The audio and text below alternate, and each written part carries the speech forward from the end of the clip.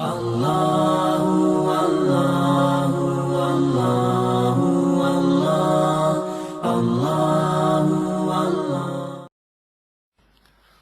ہود مکی ہے، ہجرت سے پہلے نزول ہوا۔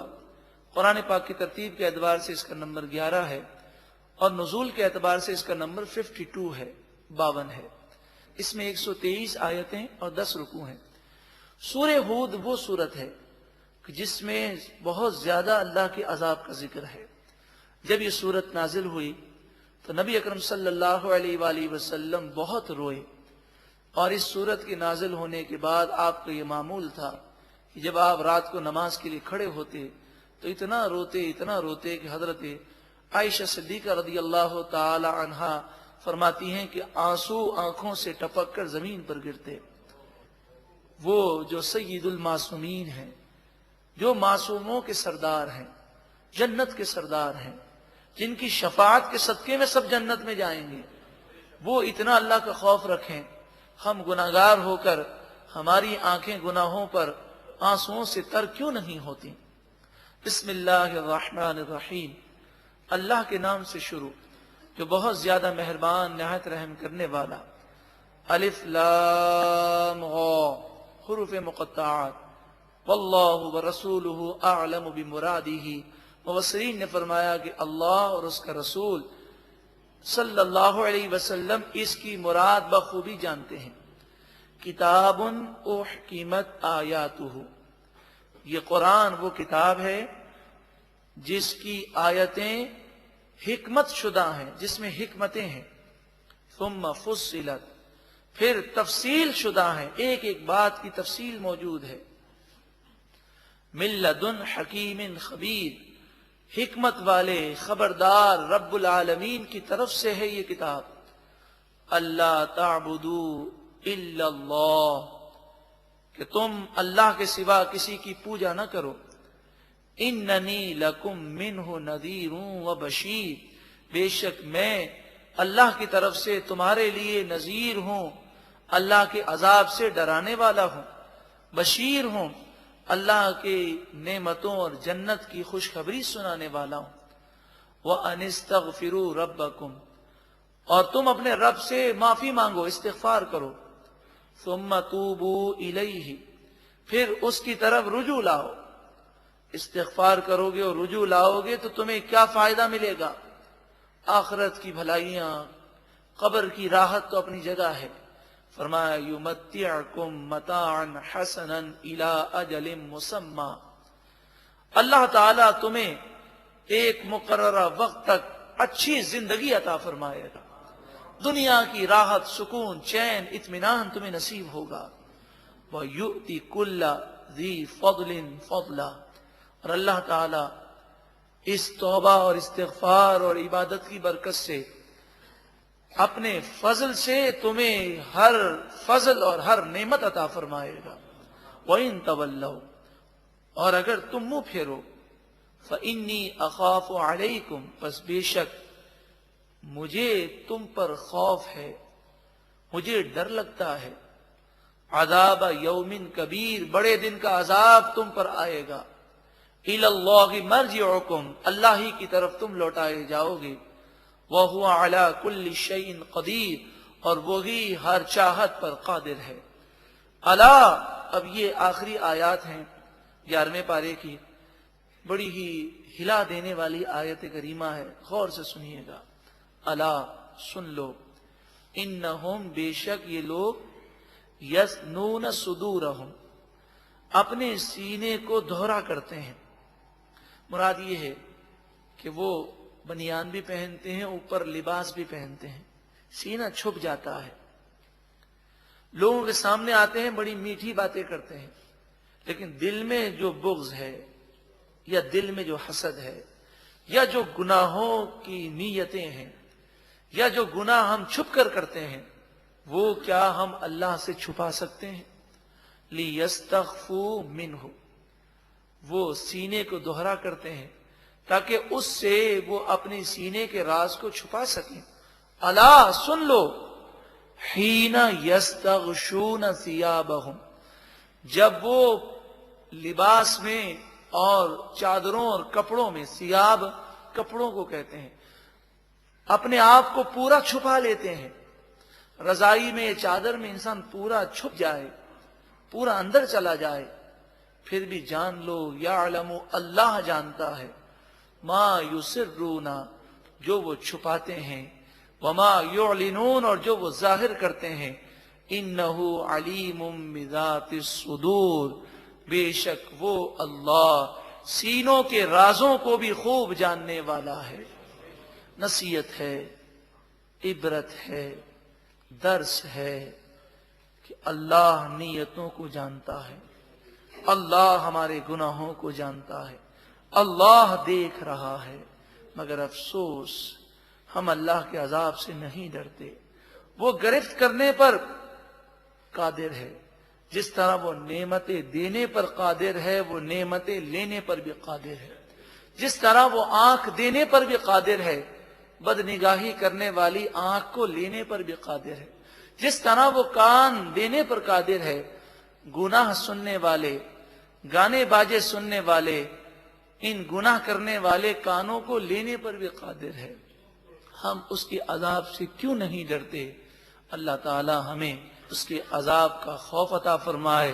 سچی پکی توبہ کر کے نیکیوں بھری زندگی گزارنے کی ہم سب کو توفیق عطا فرمائے. سورہ ہود اور 12ویں پارے کا پہلا رکوع ہم سماعت کریں گے. ارشاد فرمایا وما من دابۃ فی الارض الا علی اللہ رزقها. زمین میں جتنے چلنے والے ہیں سب کی روزی اللہ کے ذمہ کرم پر ہے، یعنی سب کو روزی دینے کا اللہ نے اپنے کرم سے وعدہ فرمایا. امام غزالی علیہ رحمہ اس آیت کریمہ کے تحت ارشاد فرماتے ہیں کہ روزی کا وعدہ اللہ تعالی نے فرمایا، لیکن ہر ایک کے لیے جنت کا وعدہ نہیں فرمایا. جنت صرف اسے ملے گی جو ایمان لائے اور اچھے عمل کرے. امام غزالی علیہ رحمہ فرماتے ہیں کتنی حیرت کی بات ہے کہ انسان روزی کے لیے تو کوشش کرتا ہے، روزی کے لیے تو بھاگ دوڑ کرتا ہے، حالانکہ اللہ تعالی نے روزی کا وعدہ فرمایا، پھر بھی انسان روزی کے لیے کوشش کرتا ہے. لیکن جنت کا وعدہ ہر ایک سے نہیں فرمایا. جنت اسے ملے گی فرمایا جو ایمان لائے اور اچھے عمل کرے. امام غزالی علیہ رحمہ فرماتے ہیں افسوس ہے اس شخص پر کہ وہ جنت کے لیے کوشش نہیں کرتا اور یہ سمجھتا ہے کہ مجھے بغیر محنت کے، بغیر کوشش کیے جنت مل جائے گی. حالانکہ روزی کا وعدہ ہونے کے باوجود وہ یہ سمجھتا ہے کہ مجھے روزی کے لیے کوششیں کرنی ہے. وہ رزاق ہے، وہ رازق ہے، وہ غفور ہے، وہ رحیم ہے. اس کے باوجود انسان روزی کے لیے کوشش کرتا ہے، لیکن جب جنت کی بات آتی ہے تو وہ کہتا ہے وہ غفور و رحیم ہے، میں عمل کروں یا نہ کروں میں تو جنت ہی میں جاؤں گا. امام غزالی علیہ رحمہ نے ایسے شخص کو احمق اور بے وقوف قرار دیا. فرمایا وہ احمق ہے، نادان ہے، بے وقوف ہے کہ جنت کے لیے کوششیں نہیں کرتا اور اللہ کی رحمت پر امید رکھتا ہے اور کہتا ہے میں اچھے عمل کروں یا نہ کروں میں تو جنتی ہی ہوں. حدیث پاک میں بھی ایسے شخص کو احمق کہا گیا. اس سے انکار نہیں. احادیث طیبہ اور قرآن کی روشنی میں اس بات کو ہم مانتے ہیں کہ کئی ایسے گناہ گار مسلمان ہوں گے کہ جنہیں اللہ تعالیٰ اپنی رحمت سے جنت عطا فرمائے گا، مگر اصول اور قاعدہ یہ مقرر کیا گیا کہ جو ایمان لائے اور اچھے عمل کریں ان کے لیے جنت ہے. اصول اور قاعدہ یہی ہے. ہاں اللہ تعالیٰ اپنی رحمت سے جسے چاہے فضل فرما دے.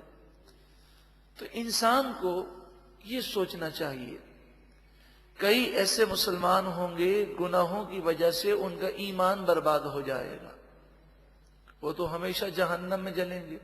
کئی ایسے مسلمان ہوں گے گناہوں کی وجہ سے ان کا ایمان تو برباد نہیں ہوگا، مگر کل بروز قیامت کی تکالیف بھی اٹھانی ہوں گی اور قبر کا عذاب بھی ان پر ہوگا، اور جہنم بھی کافی عرصے جہنم میں رہنا ہوگا۔ پھر اتنی تکالیف اٹھا کر وہ جنت میں جائیں گے۔ تو ہمیں ڈرنا چاہیے، اللہ تعالی ہمیں جنت کے حصول کے لیے، اپنی رضامندی کے حصول کے لیے کوششیں کرنے اور عبادات بجا لانے اور گناہوں سے بچنے کی ہم سب کو توفیق عطا فرمائے۔ وَيَعْلَمُ مُسْتَقَرَّهَا، اور اللہ تعالی ہر جاندار کے ٹھہرنے کی جگہ کو جانتا ہے کہ کون کہاں رہے گا، کدھر زندگی گزارے گا اور کہاں کہاں جائے گا، اللہ تعالی جانتا ہے۔ وَمُسْتَوْدَعَهَا، اور ہر جان کے امانتاً رہنے کو بھی اللہ تعالی جانتا ہے۔ مراد یہ ہے کہ قبر میں انسان کا جسم امانتاً رہے گا، اور پھر کل بروز قیامت قبروں سے اٹھ کر اللہ کے حضور حاضر ہونا ہے۔ تو کون کس جگہ پر قبر میں رہے گا، یعنی کس کی قبر کہاں بنے گی، اللہ جانتا ہے۔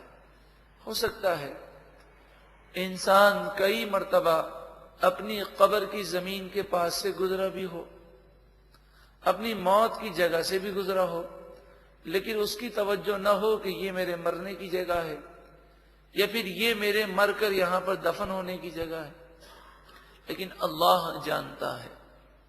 کل فی کتاب مبین، یہ تمام باتیں لوح محفوظ میں لکھی ہوئی ہیں۔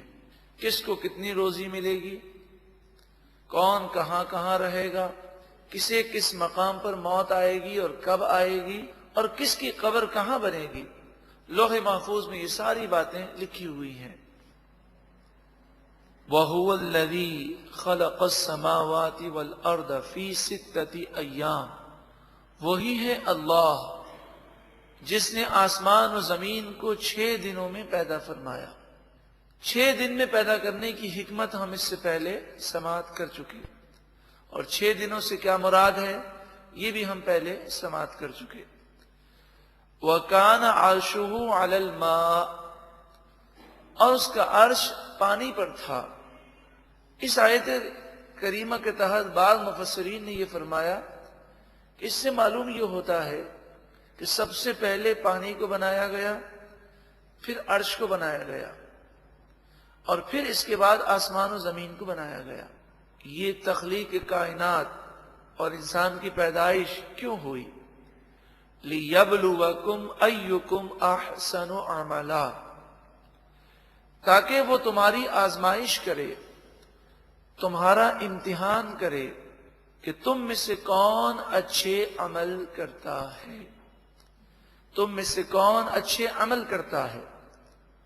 یعنی ہمارا دنیا میں آنا اس لیے نہیں کہ کون بینک بیلنس زیادہ بناتا ہے، کس کے بنگلے زیادہ ہو جاتے ہیں، کس کے پاس دنیاوی ڈگریاں زیادہ ہو جاتی ہیں، کس کے پاس کاریں اور فیکٹریاں زیادہ ہیں، کس کے پاس عہدہ منصب اور دنیاوی جاہ و جلال زیادہ ہے، اس لیے ہم دنیا میں نہیں آئے، اور نہ ہی اس لیے موت اور زندگی کو پیدا کیا گیا کہ انسان ساری زندگی محنت کرے دنیا کے لیے، اور مرتے ہی اس کی محنت صفر ہو جائے، اور دنیا کی محنتیں، دنیا کی کوششیں، دنیا کے آرائش اور دنیا کا مال و اسباب یہیں رہ جائے، تو پھر زندگی اور موت بنانے کا کوئی فائدہ نظر نہیں آتا۔ یہ زندگی اس لیے دی گئی، کون اس دنیا کی رنگینیوں کو ٹھکرا کر آخرت کی یاد کرتے ہوئے آخرت کی تیاری کرتا ہے کہ مرنے پر اس کے نیک اعمال پر اسے صلہ دیا جائے۔ لِيَبْلُوَكُمْ أَيُّكُمْ أَحْسَنُ عَمَلًا، تاکہ اللہ تعالیٰ تمہارا امتحان لے کہ تم میں سے کون اچھے عمل کرتا ہے۔ وَلَئِن قُلْتَ، اور اگر اے محبوب آپ فرمائیں ان کافروں سے انکم مبعوثون من بعد الموت، اے کافروں بے شک موت کے بعد تم سب کل بروز قیامت اٹھائے جاؤ گے، لَيَقُولَنَّ الَّذِينَ كَفَرُوا، ضرور بضرور کافر کہیں گے ان ھذا الا سحر مبین، یہ تو صرف کھلا جادو ہے، یعنی جادو کی طرح ایک بے حقیقت بات ہے، ہماری سمجھ سے بالاتر ہے۔ یہ کیسے ہو سکتا ہے کہ قبر میں جا کر ریزہ ریزہ ہو جائیں پھر دوبارہ اسی جسم کے ساتھ ہم پیدا ہوں؟ وَلَئِنْ أَخَّرْنَا عَنْهُمُ الْعَذَابَ إِلَىٰ أُمَّةٍ مَّعْدُودَةٍ، اور اگر ہم ان کافروں سے، ان گناہگاروں سے عذاب کو ایک مقررہ وقت تک مؤخر کر دیں، یعنی دنیا میں عیش و عشرت ملے، دنیا میں پکڑ نہ ہو، اور ایک وقت تک دنیا میں مہلت دی جائے، لَيَقُولُنَّ مَا يَحْبِسُهُ، ضرور بضرور وہ کہیں گے کہ اس عذاب کو کس نے روکا۔ مثلا وہ یہ سوال کریں گے کہ ہم تو گناہ اسی طرح کر رہے ہیں، ہم اسی طرح نافرمانی کر رہے ہیں، اگر گناہ کا عذاب آتا ہے تو ہم نے کوئی اچھائی تو کی نہیں ہے، تو یہ عذاب کیوں رک گیا اور اسے کس نے روک لیا؟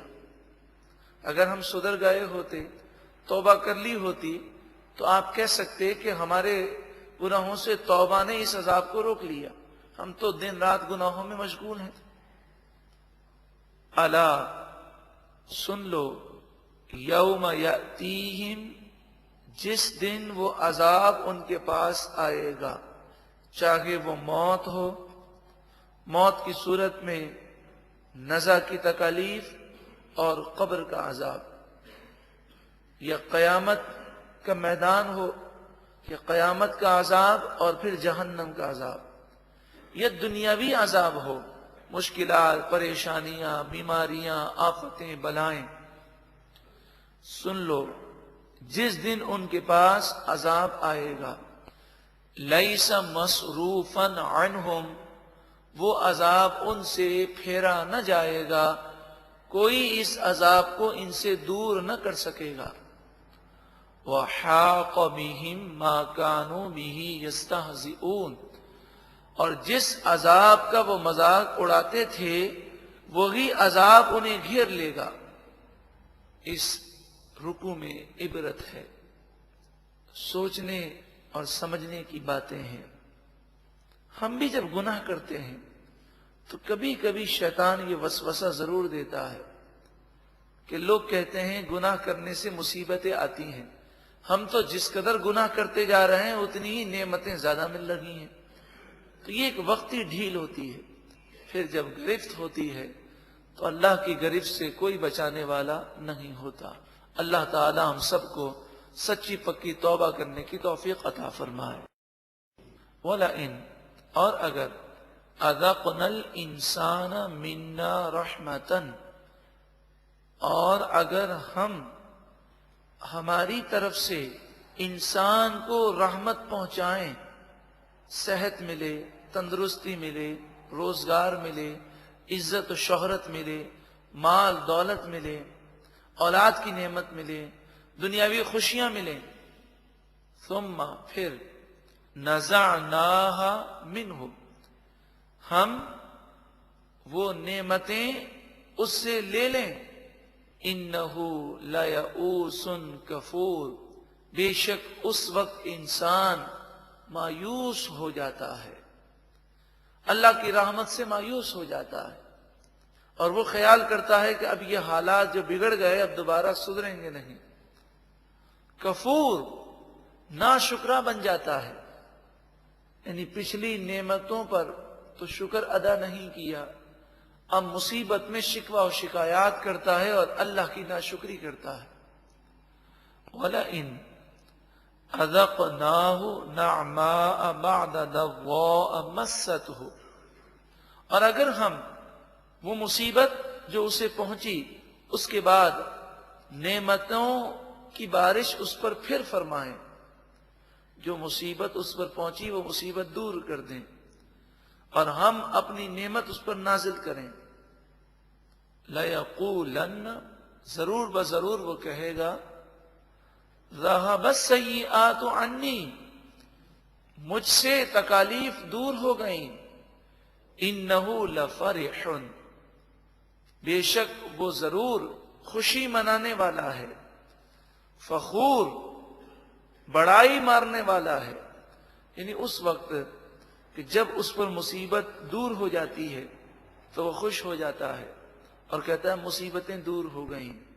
اب اپنی بڑائی کرتا ہے کہ میں نے یہ کیا، میں نے وہ کیا، میں کرتا ہے، اپنی مصیبت دور ہونے کی خوشی مناتا ہے، اس خوشی میں اللہ کا شکر ادا کرنا بھول جاتا ہے اور مزید گناہوں میں پڑ جاتا ہے۔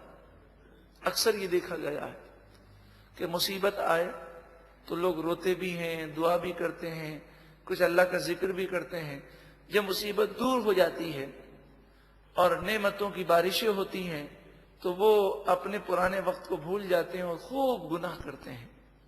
بلکہ لوگ نعوذ باللہ من ذالک یہ کہتے ہیں، یہ جملہ اکثر سنا ہوگا کہ اگر شادی بیاہ کے موقع پر ناجائز رسومات کریں، گناہ کریں، ناچ گانا کریں اور انہیں سمجھائیں کہ یہ آپ خوشی کے موقع پر اللہ کی نافرمانیاں کیوں کر رہے ہیں، تو کہتے ہیں میاں خوشی کا موقع ہے، اس میں تو سب چلتا ہے، نعوذ باللہ من ذالک۔ حالانکہ خوشی کے موقع پر اگر اللہ کی فرما برداری کی جائے تو خوشیاں دائمی ہو جاتی ہیں، وہ پائیدار ہو جاتی ہیں۔ الا الذین صبروا مگر سارے لوگ ایسے نہیں ہیں، وہ لوگ جنہوں نے صبر کیا، وعملوا الصالحات اور انہوں نے اچھے عمل کیے، وہ ایسے نہیں ہیں۔ جب خوشیاں آتی ہیں تو اللہ کے اور فرما بردار بن جاتے ہیں اور شکر کرتے ہیں، اور مصیبتیں آتی ہیں تو خوب اللہ کو یاد کرتے ہیں اور صبر کرتے ہیں، شکوہ شکایات اور ناشکری نہیں کرتے۔ اولئک لہم مغفرۃ واجر کبیر یہی وہ لوگ ہیں جن کے لیے مغفرتیں ہیں، جن کے لیے بخشش ہے اور بڑا اجر ہے۔ اللہ تعالی ہمیں بھی ایسے نیک لوگوں میں شامل فرمائے اور ہمیں مصیبت کے وقت صبر کرنے اور نعمتوں کے وقت شکر کرنے کی توفیق عطا فرمائے۔ فَلَعَلَّكَ تَارِكٌ بَعْدَ مَا يُوحَىٰ إِلَيْكَ وَضَائِقٌ بِهِ صَدْرُكَ أَن يَقُولُوا لَوْلَا أُنزِلَ عَلَيْهِ كَنزٌ أَوْ جَاءَ مَعَهُ مَلَكٌ۔ ارشاد فرمایا کافر یہ کہتے ہیں ان پر کوئی خزانہ کیوں نازل نہ کیا گیا، ان کے ساتھ کوئی فرشتہ کیوں نہ آیا۔ کافروں کی یہ باتیں نہ تو آپ کے دل کو تنگ کر سکتی ہیں، چھوٹا کر سکتی ہیں، اور نہ ہی ان باتوں کی وجہ سے آپ وحی کا کچھ حصہ چھوڑ سکتے ہیں۔ یہ اس آیت کریمہ کا مفہوم ہے۔ اب ترجمہ سماعت کیجیے۔ فَلَعَلَّكَ پس آپ تارکن نہیں چھوڑ سکتے، بعد ما یوحیٰ الیک وہ وحی جو آپ کی طرف کی گئی اس میں سے کچھ بھی حصہ، وَضَائِقٌ بِهِ صَدْرُكَ اور نہ ہی آپ کا سینہ اس سے تنگ ہوگا، ان یقولوا اس پر کہ کافر کہتے ہیں لولا انزل علیہ کنز کیوں ان پر کوئی خزانہ نازل نہ کیا گیا، او جاء معہ ملک یا کیوں ان کے ساتھ کوئی فرشتہ نہ آیا۔ کافروں میں سے عبداللہ بن امیہ مخزومی نے یہ بات کہی، کہا کہ اگر یہ سچے نبی ہیں تو ان پر آسمان سے خزانے نازل کیوں نہ کیے گئے، یا کوئی فرشتہ ان کے ساتھ کیوں نہیں ہے جو ہمیں بتائے کہ یہ اللہ کے سچے نبی ہیں۔ اس آیت کریمہ میں کافروں کو یہ بتایا جا رہا ہے کہ تم اس قسم کے جتنے اعتراضات کر لو اور جتنی کوشش کر لو، ہمارے محبوب کریم صلی اللہ علیہ وآلہ وسلم تنگ دل نہیں ہوں گے، آپ اس دین اسلام کی تبلیغ کو نہیں چھوڑیں گے۔ کافروں کو مایوس کر دیا گیا کہ وہ جتنی کوشش کر لیں ہمارے محبوب کریم صلی اللہ علیہ وآلہ وسلم اس اسلام کی دعوت کو عام کریں گے اور ان کی باتوں کی انہیں کوئی پرواہ نہیں ہے۔ انما انت نذیر، اے محبوب آپ تو صرف ڈر سنانے والے ہیں، لہذا ان کی ایمان نہ لانے پر آپ رنجیدہ نہ ہوں۔ واللہ علی کل شیء وکیل، اور ہر چیز پر محافظ اللہ ہے۔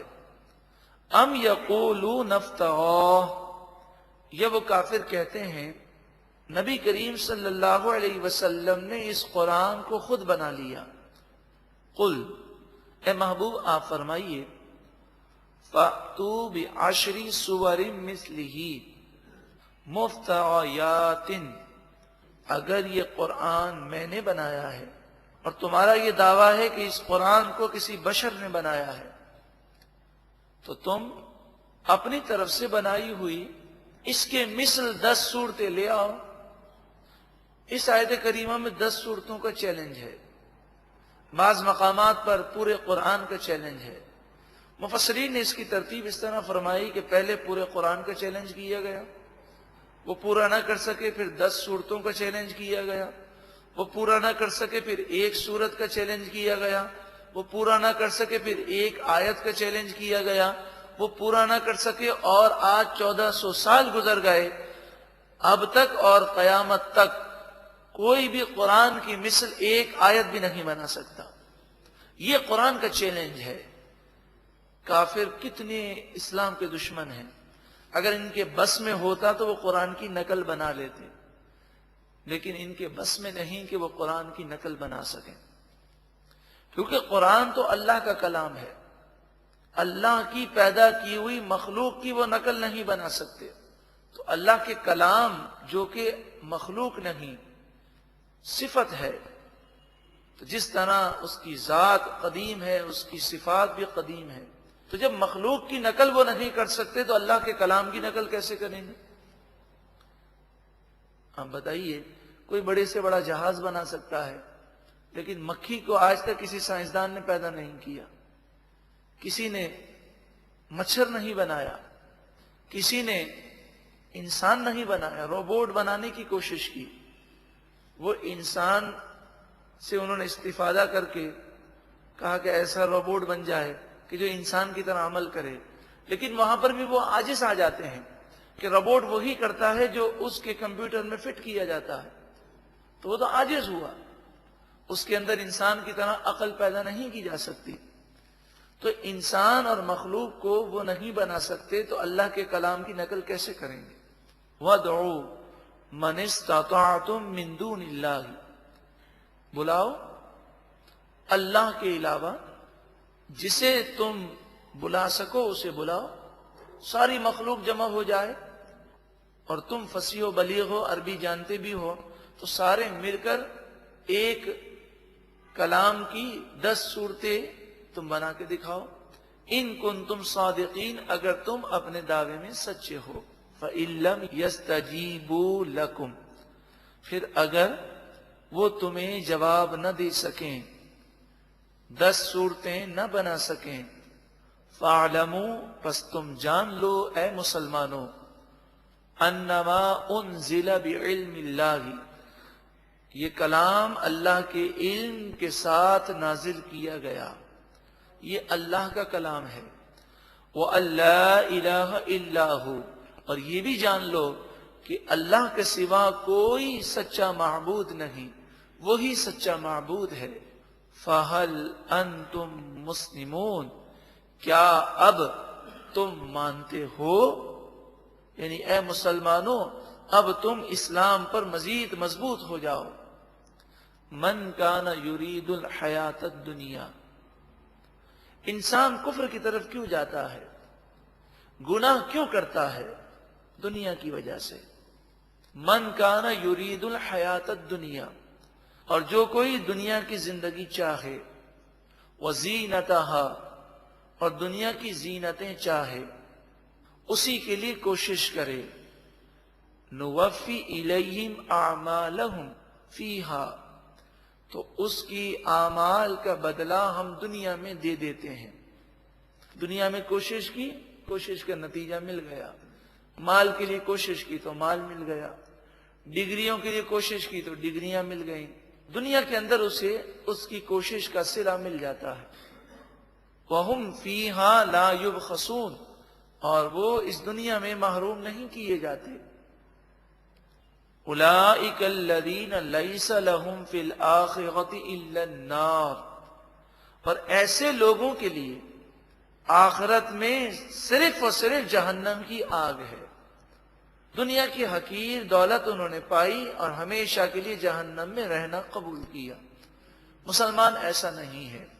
مسلمان کہتا ہے ربنا آتنا فی الدنیا حسنہ وفی الآخرۃ حسنہ، اے پروردگار دنیا میں بھی بھلائی دے اور آخرت میں بھی بھلائی دے. اصل تو کامیابی یہی ہے. صرف دنیا کی کامیابی کوئی حیثیت نہیں رکھتی. اصل تو یہ ہے کہ قبر و آخرت میں انسان کامیاب ہو تو دنیا کی نعمتیں اس کے لیے واقعی نعمتیں ہیں. وَحَبِطَ مَا صَنَعُوا فِيهَا اور جو اعمال انہوں نے دنیا میں کیے وہ برباد ہو گئے. وَبَاطِلٌ مَا كَانُوا يَعْمَلُونَ اور جو وہ عمل کیا کرتے تھے وہ باطل ہو گئے. بعض مفسرین نے فرمایا کہ اس سے مراد منافقین بھی ہیں کہ منافقین دل سے حضور پر ایمان وہ لے کر نہ آئے لیکن انہوں نے نمازیں پڑھی، انہوں نے روزے رکھے، تہجد بھی ادا کی. منافقوں نے قرآن کی تلاوتیں بھی کی، منافقوں نے جہاد میں حصہ بھی لیا، حالانکہ یہ نبی اکرم صلی اللہ علیہ وآلہ وسلم کے بے ادب اور گستاخ تھے. تو فرمایا کہ یہ جو نیکی کرتے ہیں اس نیکی کا صلہ انہیں دنیا میں دے دیا جائے گا اور آخرت میں قبر میں انہیں کوئی صلہ نہیں ملے گا چونکہ یہ حضور پر دل سے ایمان لے کر نہ آئے. اسی طرح بعض مفسرین نے یہ بھی فرمایا کہ جو کافر نیکیاں کرتے ہیں، بظاہر اچھے کام کرتے ہیں، بظاہر نیکیاں کرتے ہیں، مثلا کسی غریب کی مدد کرتے ہیں، ہسپتال بناتے ہیں، مریضوں کا مفت علاج کرتے ہیں، اسی طرح زلزلے میں، سیلاب میں، طوفانوں میں مدد کرتے ہیں، تو وہ جو بظاہر غریبوں سے ہمدردی کرتے ہیں، کنویں کھدواتے ہیں، ٹیوب ویل لگوا دیتے ہیں، تو جو عیسائی، یہودی یا دیگر کافر یہ کام کرتے ہیں چونکہ آخرت میں تو انہیں صلہ ملنا ہی نہیں ہے تو لہذا اس نیکی جو بظاہر نیکی ہے شرعی طور پر نیکی نہیں، کیونکہ نیکی ہوتی ہے ایمان کے بعد. جب ایمان ہی نہیں تو نیکی کوئی قابل قبول نہیں. لیکن بظاہر جو انہوں نے اچھے کام کیے اس کا صلہ دنیا میں دے دیا جاتا ہے. اسی لیے بزرگان دین اس طرح دعا کیا کرتے، اے پروردگار ہماری نیکیوں کا صلہ سارا دنیا ہی میں نہ عطا فرما بلکہ ہمیں نیکیوں کا صلہ آخرت میں عطا فرما. تو وہ ڈرتے تھے کہیں ایسا نہ ہو کہ ہم جو اچھے کام کرتے ہیں اس کا صلہ دنیا میں مل جائے اور مرتے وقت ہمارا ایمان لے لیا جائے، گناہوں کی وجہ سے ایمان سلب ہو جائے. اللہ تبارک و تعالی ہمیں ایسی تباہی اور بربادی سے محفوظ فرمائے. دنیا کی مذمت کی گئی، اللہ تعالی ہمیں بھی دنیا کی لالچ سے اور دنیا کی ہوس سے محفوظ فرمائے اور دنیا کی خاطر گناہ کرنے سے ہم سب کو محفوظ فرمائے. افمن کان علی بینۃ من ربہ کیا جو شخص اپنے رب کی طرف سے روشن دلیل پر قائم اور دائم ہو، وَيَتْلُوهُ شَاهِدٌ مِّنْهُ اور اللہ کی طرف سے آنے والا گواہ اس کے پیچھے آئے، یعنی قرآن مجید فرقان حمید. اس آیت کریمہ میں ان یہودیوں ان عیسائیوں کا ذکر ہے کہ جو نام نہاد یہودی عیسائی نہ تھے بلکہ حقیقت میں توریت اور انجیل کو ماننے والے تھے اور حقیقت میں توریت اور انجیل پر ایمان رکھنے والے تھے. پھر جب قرآن مجید فرقان حمید آیا تو وہ اس پر بھی ایمان لائے. وَمِن قَبْلِهِ کتاب موسیٰ، اور اس قرآن سے پہلے موسیٰ علیہ السلام کی کتاب توریت اماما و رحمہ، وہ پیشوا اور رحمت تھی، تو اس پر وہ ایمان رکھتے تھے، اور جب قرآن آیا تو قرآن پر بھی عمل پیرا ہوئے۔ اولئک یؤمنون بہ، یہی لوگ اس قرآن پر ایمان رکھتے ہیں۔ ومن یکفر بہ من الاحزاب، اور کئی گروہ میں سے لوگ اس قرآن کا انکار کرتے ہیں۔ فالنار موعدہ، پس ایسے لوگوں سے جہنم کا وعدہ ہے، جو قرآن کا انکار کرے گا اس کے لیے جہنم ہے۔ فلا تک فی مریۃ منہ، پس تم اس کے بارے میں کسی شک میں مبتلا نہ ہونا۔ انہ الحق من ربک، بے شک یہ قرآن تمہارے رب کی طرف سے سچا ہے۔ ولیکن اکثر الناس لا یؤمنون، لیکن اکثر لوگ ایمان نہیں لائیں گے۔ ومن اظلم ممن افترى علی اللہ کذبا، اس سے بڑھ کر ظالم کون کہ جو اللہ پر جھوٹ باندھے۔ سب سے بڑا وہ ظالم ہے جو اللہ پر جھوٹ باندھتا ہے اور شرک کرتا ہے، غیر اللہ کی پوجا کرتا ہے، بتوں کی پوجا کرتا ہے، یا وہ یہ کہتا ہے کہ اللہ کی اولاد ہے۔ اس طرح کی باتیں کہنے والا، اللہ پر جھوٹ باندھنے والا اور سب سے بڑا ظالم ہے۔ اولئک یعرضون علی ربہم، یہی وہ لوگ ہیں جو اپنے رب کے سامنے پیش کیے جائیں گے۔ وَيَقُولُ الْأَشْهَادُ، اور گواہ گواہی دیں گے۔ هَؤُلَاءِ الَّذِينَ كَذَبُوا عَلَى رَبِّهِمْ، یہی وہ لوگ ہیں جنہوں نے اپنے رب پر جھوٹ باندھا، اپنے رب کے بارے میں انہوں نے جھوٹ بولا۔ اس وقت محشر کے میدان میں انہیں کھڑا کیا جائے گا اور سب کے سامنے کہا جائے گا، الا سن لو، لعنت اللہ علی الظالمین، ظالموں پر اللہ کی لعنت ہو، یعنی ظالم اللہ کی رحمت سے اب ہمیشہ کے لیے دور ہیں۔ الذین، یہ وہ لوگ ہیں، یصدون عن سبیل اللہ، اللہ کے راستے سے روکتے ہیں۔ وَيَبْغُونَهَا عِوَجًا، اور دین اسلام پر چلنے والے کو وہ ٹیڑھا کرنا چاہتے ہیں، اسے بھی راہ ہدایت سے دور کرنا چاہتے ہیں۔ یہ کافر، یہ یہودی، یہ عیسائی، یہ ہندو، سب اس آیت میں داخل ہیں، خود بھی ٹیڑھے ہیں اور مسلمانوں کو بھی دین سے دور کرنا چاہتے ہیں۔ اگر ہم نے ان کی باتیں غور سے سنی، ہم نے ان کی باتوں پر اپنے کان دھرے، ہم نے ان کے کلچر، ان کے فیشن اور ان کے رسم و رواج پر چلنا شروع کیا، ہم نے انہیں خوش کرنے کی کوشش کی، تو یاد رکھیے کہ یہ خود تو دین سے دور ہیں، کافر ہیں۔ ہمیں اگر یہ کافر نہ بھی بنا سکے تو راہ ہدایت سے دور کر دیں گے، گمراہی میں ڈال دیں گے، ہمیں گناہوں میں مبتلا کر دیں گے، اور یہی ہو رہا ہے۔ آج جب ہم میڈیا کی بات کرتے ہیں تو لوگ جب میڈیا دیکھتے ہیں، ٹی وی دیکھتے ہیں، وی سی آر دیکھتے ہیں، ڈش اینٹینا کے ذریعے دنیا سے کنیکٹ ہوتے ہیں، تو ان پر میڈیا جو وار ہے، یعنی میڈیا کے ذریعے مسلمانوں کے خلاف جو نظریاتی جنگ کی جا رہی ہے، مسلمانوں کے نظریات اور ان کے عقائد جو خراب کرنے کی کوشش کی جا رہی ہے، خصوصاً مسلمانوں کو گناہوں کی طرف ڈالنا اور گناہوں کی نفرت مسلمانوں کے دلوں میں باقی نہ رہے، تو مسلمان جب وہاں سے کنیکٹ ہوتا ہے اور ان مناظر کو دیکھتا ہے تو دیکھ کر ایک وقت وہ آتا ہے کہ اس کے دل سے ان کاموں کی نفرت دور ہو جاتی ہے۔ پھر ایک وقت وہ آتا ہے کہ پھر وہ بھی ان گناہوں میں مبتلا ہونے لگتا ہے۔ اس کی آسان سی مثال یہ ہے کہ پاکستان میں یہ تصور بھی نہ تھا کہ کوئی 15-20 سال کی لڑکی، خاتون پینٹ شرٹ پہن کر گھومے اور باغیرت باپ اپنی بیٹی کو اس حالت میں دیکھ سکے اور اس کا ہارٹ فیل نہ ہو۔ یہ ممکن نہ تھا۔ اگر کوئی عورت اس طرح پہنے تو باغیرت باپ اور باغیرت بھائی اگر روک نہ سکے تو شاید اس غم میں وہ قبر میں چلا جائے.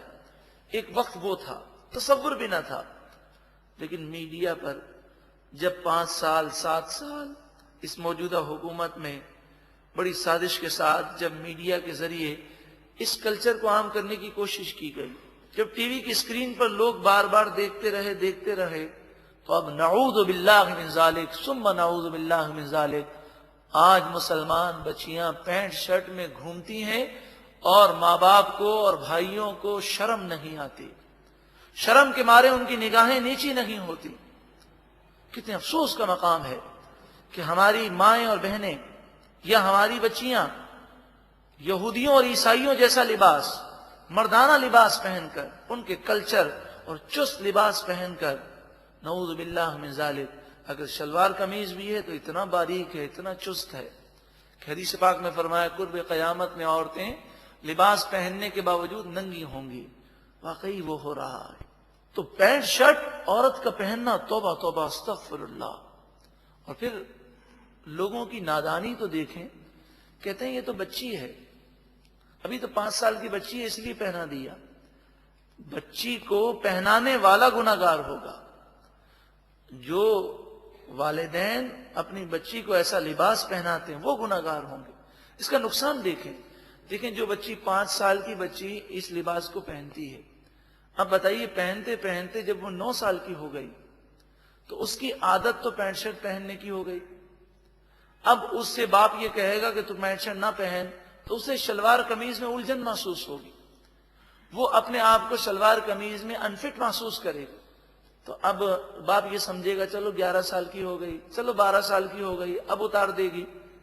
لیکن یہ انسانی فطرت ہے کہ گناہ آہستہ آہستہ پختہ ہو جاتے ہیں. اب پینٹ شرٹ کی عادت اس کی ایسی پختہ ہو جائے گی کہ 15 سال کے بعد بھی وہ شلوار قمیض میں اپنے آپ کو عجیب و غریب محسوس کرے گی اور وہ کہے گی میں انفٹ ہوں، مجھے اس میں لطف نہیں آتا. اب آپ بتائیے کیا کریں گے؟ کیا اسے ماریں گے؟ کیا اس پر زور جبر کریں گے؟ تو نیکی کی بنیاد بچپن سے ڈالنی چاہیے. تو برائی کی بنیاد بھی بچپن سے پڑتی ہے اور نیکی کی بنیاد بھی بچپن سے پڑتی ہے. اپنے بچوں کو، اپنی بچیوں کو سنتوں بھرے لباس پہنائیے. امام حسین سے محبت کرنے والے یہ سوچیں کہ امام حسین نے اپنے بچوں کو یہود و نصارہ والے لباس نہیں پہنائے، آپ نے نبی اکرم صلی اللہ علیہ وآلہ وسلم کی سنتوں کا آئینہ دار بنایا. اللہ تعالی ہم سب کو عمل کی توفیق عطا فرمائے. وَهُمْ بِالْآخِرَةِ هُمْ كَافِرُونَ، اور وہ آخرت کا انکار کرنے والے ہیں. أُولَئِكَ لَمْ يَكُونُوا مُعْجِزِينَ فِي الْأَرْضِ، یہی وہ لوگ ہیں جو زمین میں عاجز اللہ کو نہیں کر سکتے. مراد یہ کہ ابھی ڈھیل ہے، اس ڈھیل میں وہ توبہ کر لیں تو ان کے لیے بہتر ہے. اور اگر توبہ نہیں کریں گے تو یہ نہ سمجھیں کہ وہ اللہ کے عذاب سے بچ سکتے ہیں اور اللہ کی گرفت سے باہر بھاگ سکتے ہیں. وَمَا كَانَ لَهُم مِّن دُونِ اللَّهِ مِّنْ أَوْلِيَاءَ، اور جب اللہ کا عذاب آئے گا تو کوئی بھی اللہ کے مقابلے میں ان کا دوست نہیں ہوگا، کوئی ان کی مدد نہیں کر سکے گا. يُضَاعَفُ لَهُمُ الْعَذَابُ، ان کے لیے عذاب دگنا کیا جائے گا. مَا كَانُوا يَسْتَطِيعُونَ السَّمْعَ، وہ کلام کو سن نہ سکتے تھے. وَمَا كَانُوا يُبْصِرُونَ، اور وہ دیکھ نہ سکتے تھے. یعنی نہ تو وہ حق کو سن کر سمجھتے تھے اور نہ ہی حق کو دیکھ کر سوچتے تھے. اولئک الذین خسروا انفسهم، یہی وہ لوگ ہیں جنہوں نے اپنی جانوں کو نقصان میں ڈالا. وضل عنہم ما كانوا یفترون، اور ان سے وہ چیزیں دور ہو گئیں جو چیزیں وہ اپنی طرف سے گڑھ لیا کرتے تھے. یعنی جو من مانی وہ کیا کرتے اور جو ان کے خیالات تھے کہ ہم کچھ بھی کر لیں، ہمیں دنیا میں بھی عیش ہے اور اگر بالفرض آخرت ہوئی تب بھی ہم عیش کریں گے. تو یہ من مانی اور من گھڑت خیالات ان کے یہیں رہ گئے، فیصلہ قرآن کے مطابق کل بروز قیامت کیا جائے گا۔ کہ قرآن نے فرمایا جنہوں نے عمل اچھے کیے ان کے لیے جنت ہے، اور جنہوں نے برے عمل کیے ان کے لیے جہنم ہے۔ لا جرم یقیناً انہم فی الآخرۃ ھم الاخسرون، بے شک آخرت میں وہ ضرور نقصان اٹھانے والے ہوں گے۔ ان الذین آمنوا، بے شک وہ لوگ جو ایمان لائے، وعملوا الصالحات، اور اچھے عمل کیے، وَأَخْبَتُوا إِلَىٰ رَبِّهِمْ، اور انہوں نے اپنے آپ کو اپنے رب کی بارگاہ میں جھکا دیا۔ اولئک اصحاب الجنہ، یہی لوگ جنتی ہیں، ہم فیہا خالدون، وہ اس میں ہمیشہ رہیں گے۔ اب آپ دیکھیں جنت کی بشارت ہے، صرف یہاں پر ایمان کا ذکر نہیں ہے، ایمان لائے اور اچھے عمل کیے اور اپنے آپ کو اپنے رب کی بارگاہ میں جھکا دیا، نیک پرہیزگار ہو گئے ہر عمل میں۔ یہ دیکھ لیں کہ میرے رب کا کیا حکم ہے، میرے محبوب کریم صلی اللہ علیہ وآلہ وسلم کی چاہت کیا ہے۔ ان کی چاہت کو اپنی چاہت بنا لیجیے، ان کی سوچ کو اپنی سوچ بنا لیجیے، ان کی سیرت اور ان کے کردار اور ان کی سنتوں کے مطابق اپنی زندگی گزاری۔ اولئک اصحاب الجنہ، یہی لوگ جنتی ہیں، ہم فیہا خالدون، ہمیشہ ہمیشہ ان جنتوں میں رہیں گے۔ مثل الفریقین، دو گروہوں کا حال، یعنی مسلمان اور کافر، نیک اور بد کا حال، کالاعمی والاصم والبصیر والسمیع، جیسے اندھا اور بہرا، آنکھوں والا اور کان والا۔ جس کو اللہ تعالیٰ نے آنکھیں دیں وہ اور جو نابینا ہے دونوں برابر نہیں، اسی طرح جو بہرا ہے وہ اور جو کان کی نعمت سے منور ہے وہ برابر نہیں۔ تو مراد یہ ہے کہ کافر اور مومن برابر نہیں ہیں، نیک اور بد برابر نہیں ہیں۔ هل یستویان مثلا، کیا دونوں کا حال برابر ہے؟ ہرگز نہیں۔ عقل مند، دانا اور سمجھدار وہی ہے جس نے آنکھوں سے دیکھا اور عبرت حاصل کی، کان سے سنا اور سبق حاصل کیا اور اسلام کے مطابق زندگی گزاری۔ افلا تذکرون، کیا تم نصیحت حاصل نہیں کرتے؟ دوسرا رکوع جو ہم نے سماعت کیا اس میں جو درس دیا گیا اس کا خلاصہ یہ ہے کہ انسان اپنی زندگی اللہ اور اس کے رسول کی فرما برداری میں گزارے، اور یہ نہ دیکھے لوگ کیا کر رہے ہیں، لوگ کیا کہہ رہے ہیں، بلکہ یہ دیکھے کہ میرے رب کا کیا حکم ہے۔ اللہ تعالی ہم سب کو قرآن اور حدیث کے مطابق، بزرگان دین کے اقوال کے مطابق، ان کی سیرت، ان کے کردار کے مطابق زندگی گزارنے کی توفیق عطا فرمائے۔ وَلَقَدْ أَرْسَلْنَا نُوحًا إِلَىٰ قَوْمِهِ، اور بے شک ہم نے حضرت نوح علیہ السلام کو ان کی قوم کی طرف بھیجا۔ آپ نے اپنی قوم سے فرمایا انی لکم نذیر مبین، بے شک میں تمہیں کھلا ڈر سنانے والا ہوں۔ اللہ تعبدوا الا اللہ، تم اللہ کے سوا کسی اور کی پوجا نہ کرو، صرف اور صرف اللہ کی عبادت کرو۔ انی اخاف علیکم عذاب یوم علیم، بے شک دردناک دن کے عذاب کا تم پر میں خوف کرتا ہوں، مجھے ڈر لگتا ہے کہ تم پر اللہ کا عذاب آئے گا۔ حضرت نوح علیہ السلام نے اعلان نبوت فرمایا 40 سال کی عمر میں۔ اس وقت پوری دنیا میں کافر تھے، آپ نے اعلان نبوت فرمایا اور لوگوں کو یہ بات بتائی کہ تم جو گناہ کر رہے ہو مجھے ڈر لگتا ہے کہ تم پر اللہ کا عذاب آئے گا، تم توبہ کر لو۔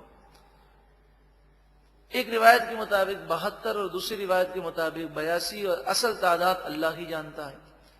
اتنے لوگ آپ پر ایمان لائے، 950 سال آپ نے تبلیغ فرمائی، تو کافر اکثر یہ کہتے ہیں کہ جب سے آپ نے تبلیغ شروع کی اس وقت سے لے کر اب تک آپ ایک ہی بات ریپیٹ کرتے ہیں کہ اللہ کا عذاب آ جائے گا، اللہ کا عذاب آ جائے گا، گناہ مت کرو، ہمیں تو کچھ بھی نہیں ہو رہا۔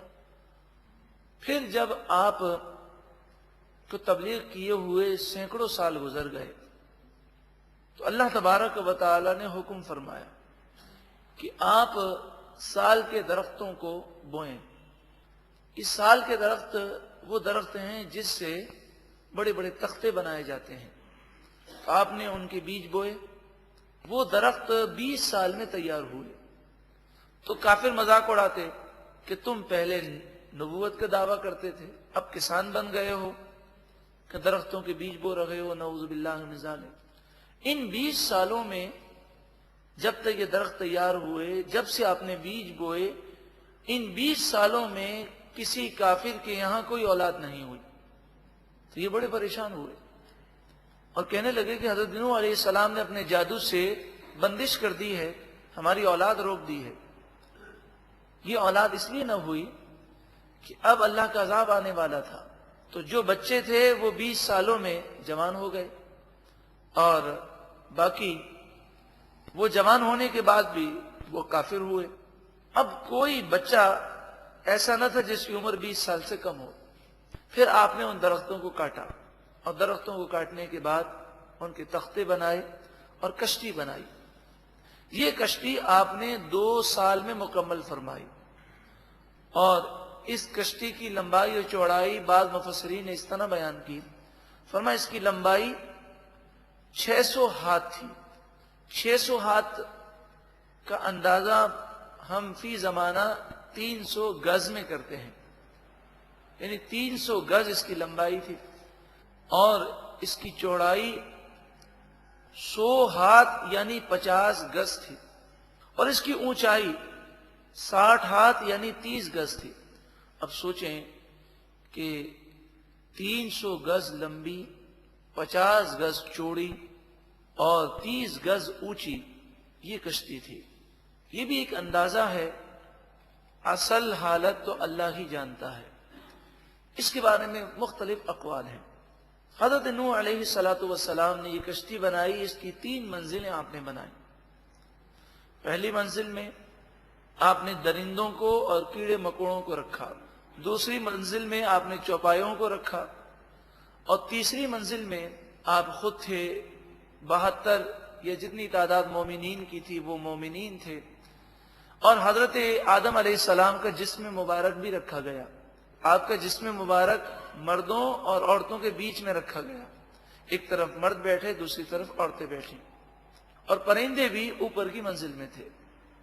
جب حضرت نوح علیہ السلام بسم اللہ پڑھتے تو کشتی چلتی، اور جب آپ رخ موڑنا چاہتے تو بسم اللہ پڑھتے، جب آپ اسے روکنا چاہتے تو بسم اللہ پڑھتے، جب آپ اسے پیچھے کرنا چاہتے تو بسم اللہ پڑھتے۔ یہ کشتی 6 مہینے تک پانی میں گھومتی رہی۔ اس کا پورا واقعہ اس رکوع میں تفصیل کے ساتھ موجود ہے۔ حضرت نوح علیہ السلام کی عمر کے بارے میں مختلف قول ہیں۔ عام طور پر لوگ یہ سمجھتے ہیں کہ آپ کی عمر 950 سال ہوئی، لیکن محققین فرماتے ہیں آپ کی عمر 950 سال سے بڑی ہوئی، اس لیے کہ 950 سال تو صرف آپ نے تبلیغ فرمائی ہے۔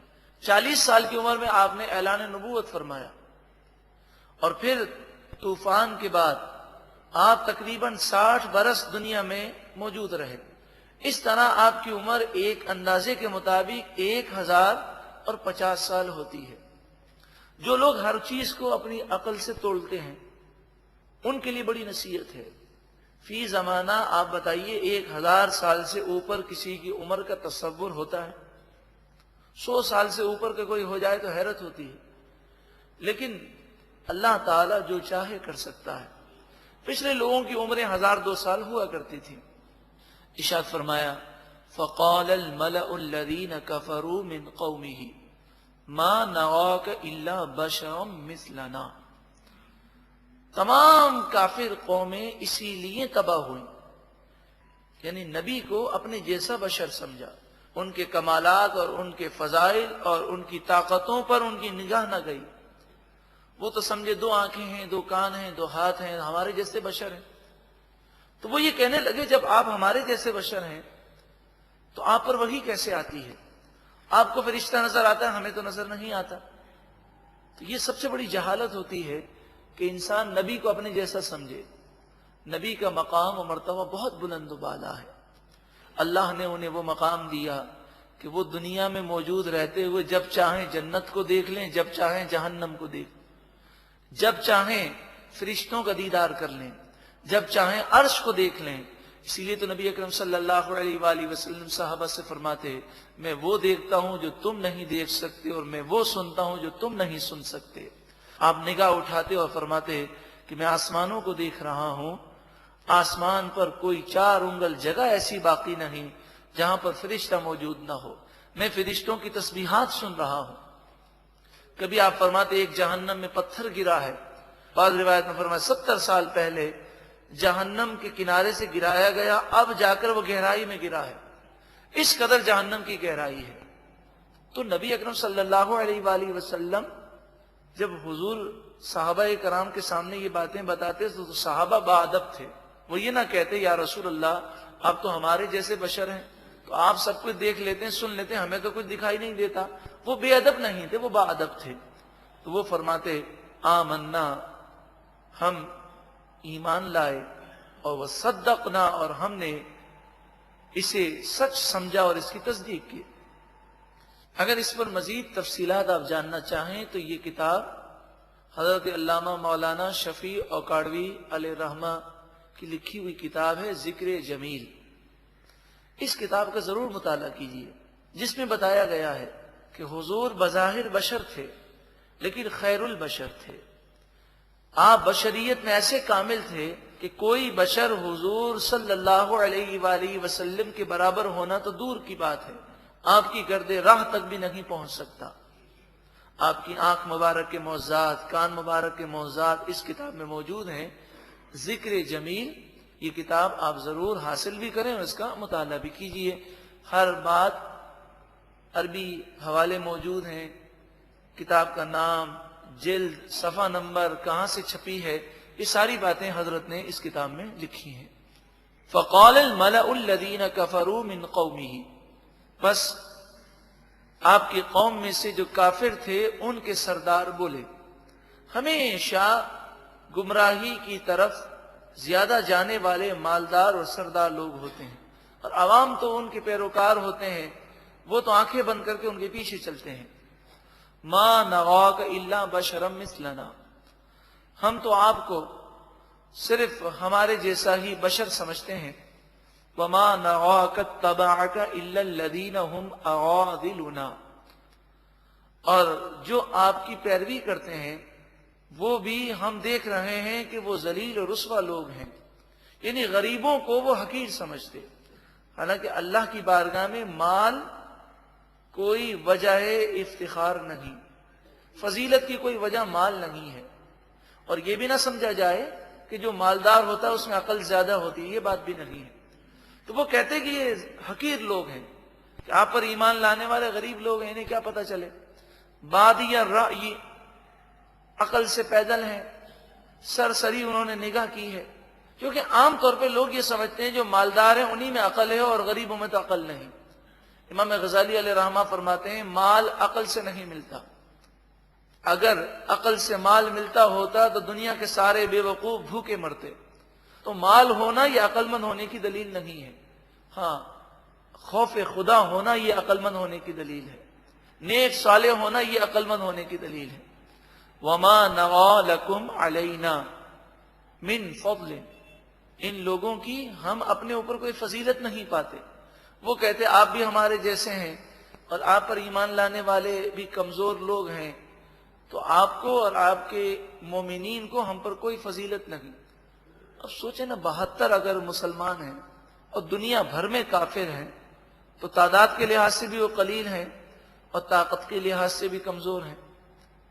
بل نظنکم کاذبین، بلکہ ہم تو آپ کو جھوٹا سمجھتے ہیں، نعوذ باللہ من ذالک۔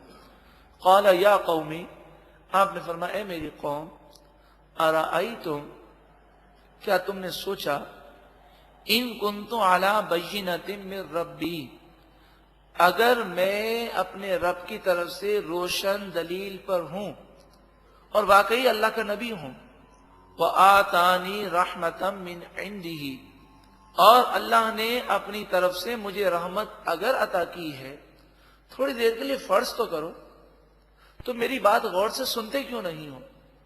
سوچو، سمجھو، غور تو کرو۔ اگر میں جو کہہ رہا ہوں سچا ہوں تو بتاؤ تم کتنے نقصان میں رہو گے؟ کافر آپ کی بات سننے کو تیار نہ تھے۔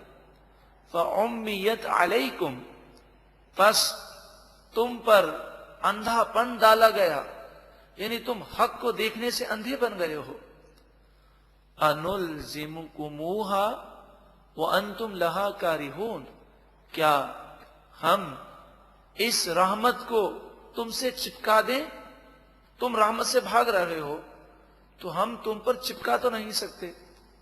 وَأَنْتُمْ لَهَا كَارِهُونَ، اگرچہ تم اس رحمت کو ناپسند کرو، یعنی یہ ایمان رحمت ہے، یہ گناہوں سے بچنا رحمت ہے، لیکن تم دور بھاگ رہے ہو، تو ہمارا کام تو تمہیں ہدایت کی راہ دکھانا ہے، اب تم چلو گے تو تمہارا اپنا بھلا ہے۔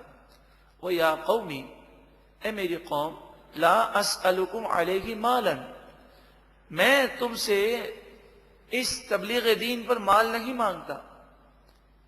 اب بتاؤ، جب میں تم سے مال نہیں مانگتا، تم سے پیسے نہیں مانگتا، معاوضہ نہیں مانگتا، تو پھر میں یہ باتیں تمہارے بھلے ہی کے لیے تو کر رہا ہوں، میرا کیا فائدہ ہے اس میں؟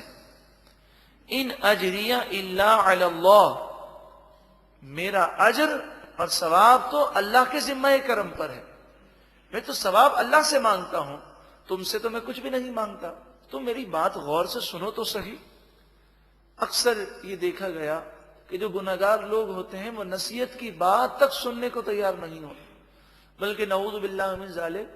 ایک بھائی نے مجھے بتایا، انہوں نے کہا کہ وہ میں نے کسی کو کیسٹ دی اور کہا کہ یہ کیسٹ آپ سنیں، اس میں قرآن و حدیث کی باتیں ہیں، تو سامنے والے نے کہا کہ بھائی ہم نہیں سنیں گے، سنیں گے تو عمل کرنا پڑے گا، اس لیے ہم سنتے ہی نہیں ہیں۔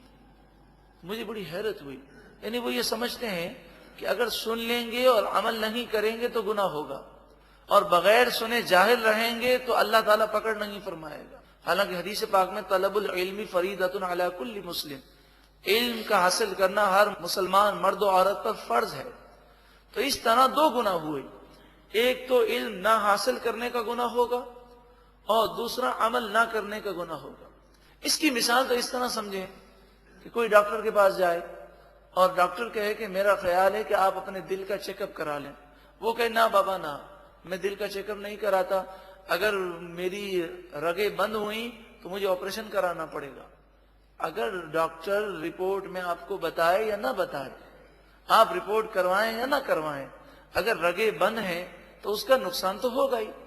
تو انسان اگر آنکھیں بند کر لے اور جاننے سے اور معلومات سے بھاگ جائے، وہ ٹیسٹ نہ کروائے کہ کہیں اگر مجھے پتا چلا تو پھر مجھے علاج کروانا پڑے گا، تو اس سے کیا وہ بیماری سے بھاگ جائے گا اور بچ جائے گا؟ تو اسی طرح اگر معلومات حاصل نہ کی تو کیا جہنم کی آگ سے بچ سکتے ہیں؟ بلکہ ڈبل گناہ ہے، ایک تو علم حاصل نہ کرنے کا گناہ اور دوسرا عمل نہ کرنے کا گناہ۔ ان اجریہ الا علی اللہ، میرا اجر تو اللہ کے ذمہ کرم پر ہے۔ وما انا بطارد الذین آمنوا، اور میں ایمان والوں کو اپنے سے دور نہیں کر سکتا۔ وہ کہتے ہیں ان غریبوں کو آپ نے اپنے ساتھ رکھا ہے، آپ نے فرمایا غریب ہو کہ امیر ہو، جو تقوی اختیار کرے گا، جو ایمان لائے گا، میں اسے اپنے ساتھ رکھنے کو تیار ہوں۔ وہ میری محفل میں بیٹھتے ہیں، میں انہیں تمہاری خاطر بھگا نہیں سکتا کہ تم کافر ہو، یہ مومن ہے۔ انہم ملاقو ربہم، بے شک یہ مومنین اللہ سے ملاقات، اپنے رب سے ملاقات کرنے والے ہیں، نیک لوگ ہیں۔ وَلَكِنِّي أَرَاكُمْ قَوْمًا تَجْهَلُونَ، ہاں میں تمہیں جاہل قوم سمجھتا ہوں کہ تم نادان قوم ہو۔ وَيَا قَوْمِ، اے میری قوم، مَن يَنصُرُنِي مِنَ اللَّهِ إِن طَرَدتُّهُمْ، اگر میں ان مسلمانوں کو اپنے سے دور کر دوں اور اللہ ناراض ہو جائے تو اللہ کے عذاب سے مجھے کون بچائے گا؟ نبی کبھی گناہ نہیں کر سکتے، یہ سمجھانے کے لیے بتایا گیا کہ ہم تو یہ کام کر ہی نہیں سکتے. افلا تذکرون، کیا تم نصیحت نہیں حاصل کرتے؟ ولا اقول لکم عندی خزائن اللہ، میں نے نبوت کا دعویٰ کیا ہے، خدائی کا دعویٰ نہیں کیا. تو فرمایا میں تم سے نہیں کہتا کہ میرے پاس اللہ کے خزانے ہیں اور میں خدا بن گیا ہوں، یہ میں نے کب دعویٰ کیا؟ میں نے تم سے یہ کہا مجھے جو طاقت ہے وہ اللہ کی عطا سے ہے. ولا اعلم الغیب، اور نہ ہی میں خود غیب جان لیتا ہوں، یعنی میرا علم غیب ذاتی نہیں ہے، جو بھی ہے وہ اللہ کی عطا سے ہے. ولا اقول انی ملک، اور نہ میں تم سے کہتا ہوں میں فرشتہ ہوں کہ تم اعتراض کرو کہ آپ کھاتے پیتے کیوں ہیں، سوتے کیوں ہیں. میں کھاتا بھی ہوں، پیتا بھی ہوں، سوتا بھی ہوں، بشر ہوں، لیکن اللہ نے مجھے مقام و مرتبہ و طاقت و قدرت عطا فرمائی.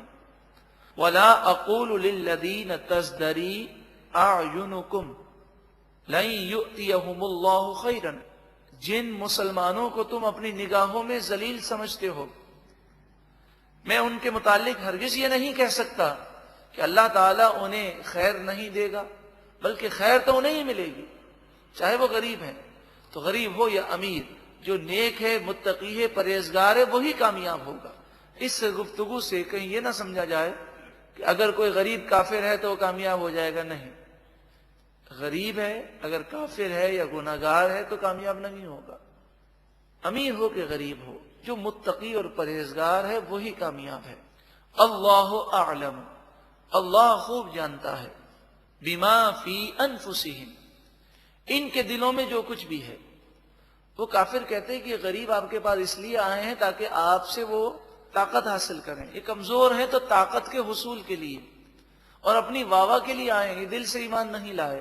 تو آپ نے فرمایا کہ اللہ تعالیٰ ان کے دلوں کے حال کو بخوبی اور زیادہ جانتا ہے. انی اذا لمن الظالمین، اگر میں بدگمانی کروں اور بدگمانی کر کے انہیں اپنے سے دور کر دوں، تمہاری خاطر انہیں ٹھکرا دوں، ان کی دل آزاری کر لوں، بے شک اس وقت تو ضرور میں ظالموں سے ہو جاؤں گا، اور نبی ایسا کام کبھی کر ہی نہیں سکتے. قالوا، وہ بولے، یا نوح، اے نوح علیہ السلام، قد جادلتنا، بے شک آپ نے ہم سے بہت جھگڑا کیا، فاکثرت جدالنا، اور آپ نے ہمارے خلاف بہت باتیں کی. 950 سال کے قریب وقت گزر گیا، کوئی یہاں 5 منٹ کسی کی نصیحت سننے کو تیار نہیں ہے. کسی کو آپ نصیحت کریں، ایک دفعہ کہے، دوسری دفعہ کہے تو وہ منہ سے کہہ دیتا ہے، کیا بار بار اب شروع ہو جاتے ہیں، ایک دفعہ کہہ دیا بس کافی نہیں ہے. تو آج ہمارے یہاں پر کوئی 5 منٹ نصیحت کو سننے کو تیار نہیں. تو وہ تو تھے کافر. تو انہوں نے کہا بہت آپ نے نصیحتیں کی اور بہت ہمارے خلاف آپ نے باتیں کی ہیں، ہم بہت برے ہیں، آپ ہمیں کہتے ہیں جہنمی ہو، سب ہم ایسے ہی ہیں. اب آپ جو ہے ایسا کریں کہ عذاب لے آئیں، اب تاخیر کیوں کرتے ہیں. فَأْتِنَا بِمَا تَعِدُنَا، پس آپ جس عذاب کا وعدہ کرتے ہیں اس عذاب کو لے کر آئیں. ان کنت من الصادقین، اگر آپ سچے ہیں. قال، آپ نے فرمایا، انما یأتیکم بہ اللہ ان شاء، عذاب تو اللہ ہی لائے گا اگر وہ چاہے گا. وما انتم بمعجزین، اور جب اللہ تعالیٰ عذاب نازل کرے گا تو تم اللہ کو عاجز نہیں کر سکتے، عذاب کو تم روک نہیں سکو گے. اور پھر فرمایا کہ گناہ کرنے کی وجہ سے اگر اللہ تم سے ناراض ہو گیا اور تباہی کو مقدر بنا دیا گیا تو اب میری نصیحتیں تمہیں کوئی فائدہ نہ دیں گی، تم اب ایمان نہ لاؤ گے. وَلَا يَنفَعُكُمْ نُصْحِي إِنْ أَرَدْتُ أَنْ أَنْصَحَ لَكُمْ إِنْ كَانَ اللَّهُ يُرِيدُ أَنْ يُغْوِيَكُمْ، اگر اللہ تعالیٰ ناراض ہو کر تمہیں اب گمراہ کرنا چاہے تو میری نصیحت کوئی فائدہ نہیں دے گی اگر میں نصیحت کرنے کا ارادہ کروں.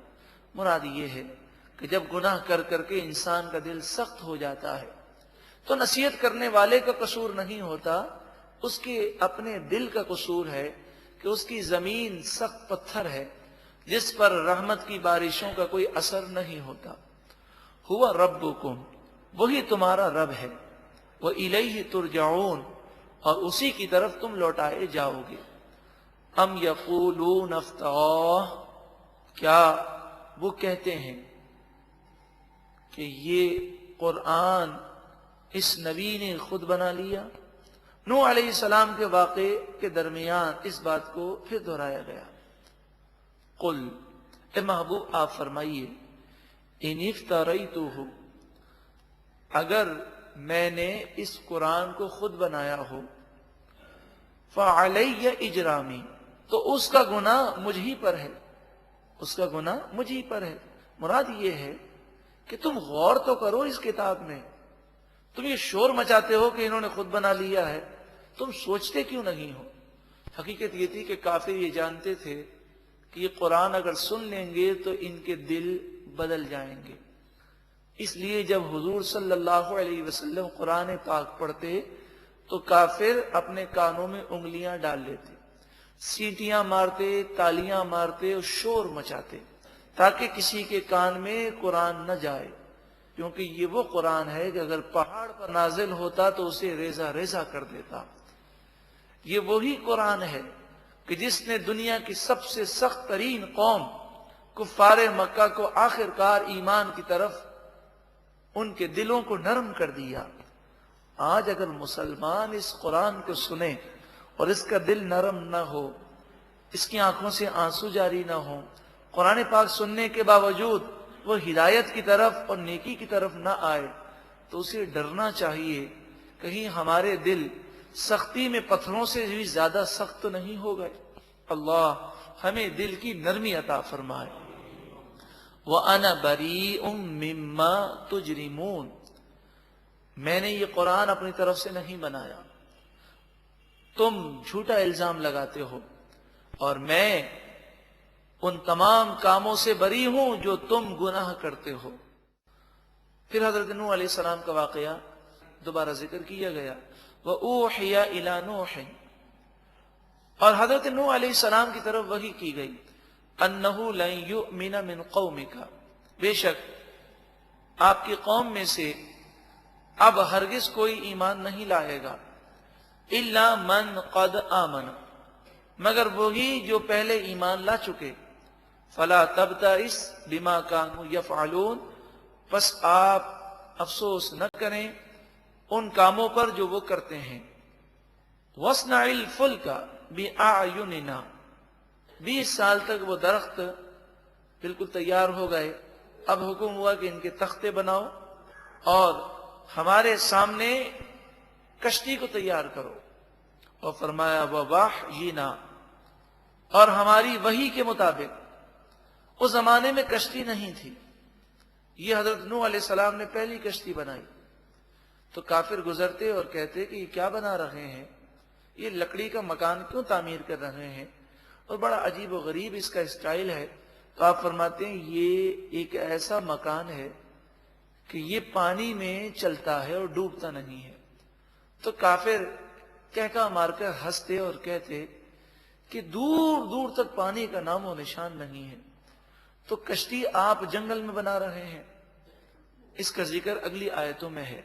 وَلَا تُخَاطِبْنِي فِي الَّذِينَ ظَلَمُوا، اور ظالموں کے بارے میں مجھ سے خطاب نہ کرنا، یعنی حضرت نوح علیہ السلام نرم دل تھے، اور نبی انسانوں کے لیے نرم ہوتے ہیں۔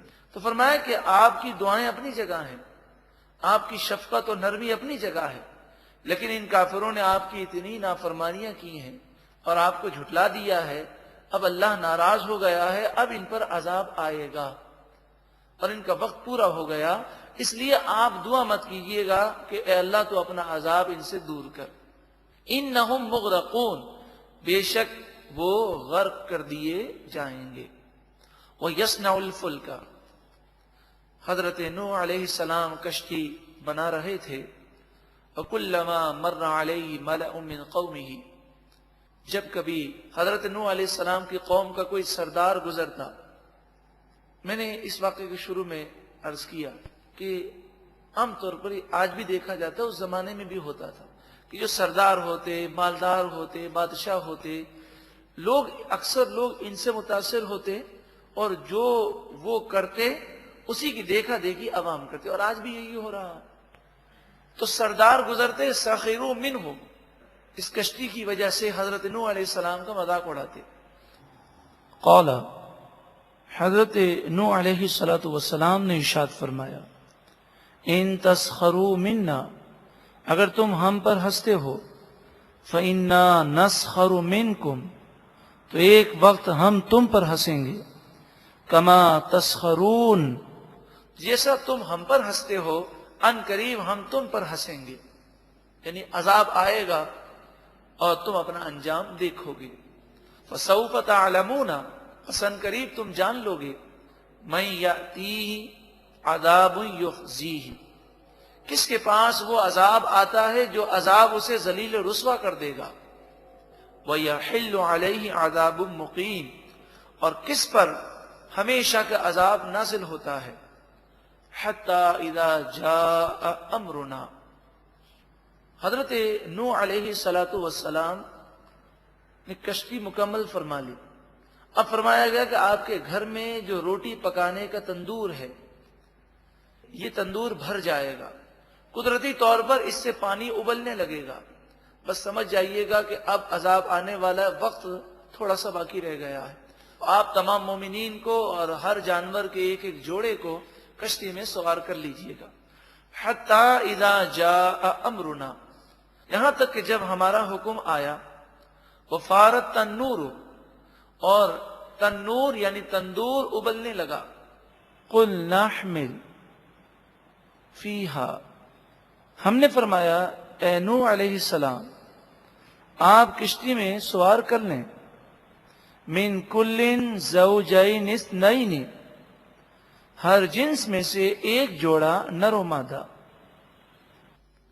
وَأَهْلَكَ، اور اپنے گھر والوں کو بھی سوار کیجئے، إِلَّا مَنْ سَبَقَ عَلَيْهِ الْقَوْلُ، مگر جن پر بات پوری ہو گئی وہ آپ کے گھر والے سوار نہیں ہوں گے۔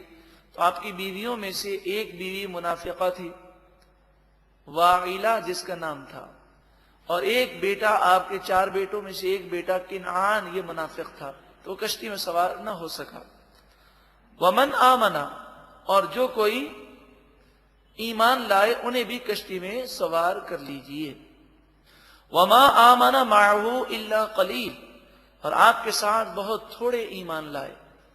وَقَالَ ارْكَبُوا فِيهَا، اور فرمایا ارکبوا، اے لوگوں اس میں سوار ہو جاؤ، اس کشتی میں، فیہا اس کشتی میں، بسم اللہ اللہ کے نام کے ساتھ، مجریہا اس کا چلنا ہے، ومرساہا اور اس کا رکنا ہے۔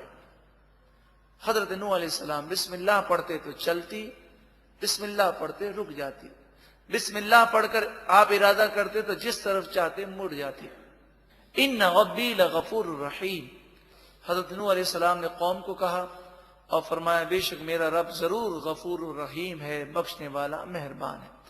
اب یہ کشتی میں سب سوار ہو گئے، بارش ہونی شروع ہوئی، 40 دن تک لگاتار مسلسل بارش برستی رہی، اور زمین کا ہر جز، ہر ٹکڑا، ہر ذرہ وہ چشمہ بن گیا، اور زمین اپنے پانی کو ابلنے لگی، یہاں تک کہ بڑے بڑے پہاڑ اس پانی کے اندر ڈوب گئے، اور وہ کشتی پہاڑوں سے بلند ہو گئی۔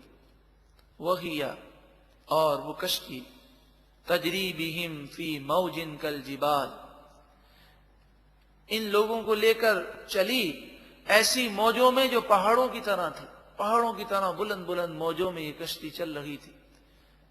6 مہینے تک زمین پر پانی رہا اور یہ کشتی گھومتی رہی۔ وَنَادَى، جب پانی بلند ہو رہا تھا تو نوح علیہ السلام کا بیٹا کنعان جو منافق تھا، جس نے اپنے نفاق کو ظاہر نہیں کیا تھا، وہ پہاڑ پر چڑھنے لگا۔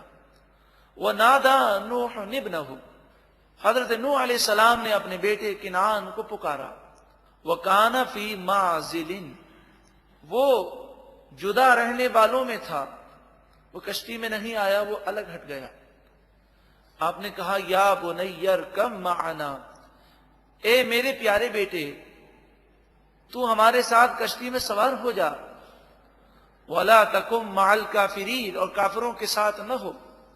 قال، وہ بولا سآوی إِلَى جبل، میں عنقریب پہاڑ کی طرف پناہ لوں گا۔ وہ پہاڑ کی طرف بھاگ رہا تھا۔ یعصمنی من الماء، یہ پہاڑ مجھے پانی سے بچا لے گا۔ قال، آپ نے فرمایا لا عاصم اليوم من امر اللہ، آج کے دن اللہ کے عذاب سے کوئی بچانے والا نہیں، الا من رحم، وہی بچے گا جس پر وہ رحم فرمائے۔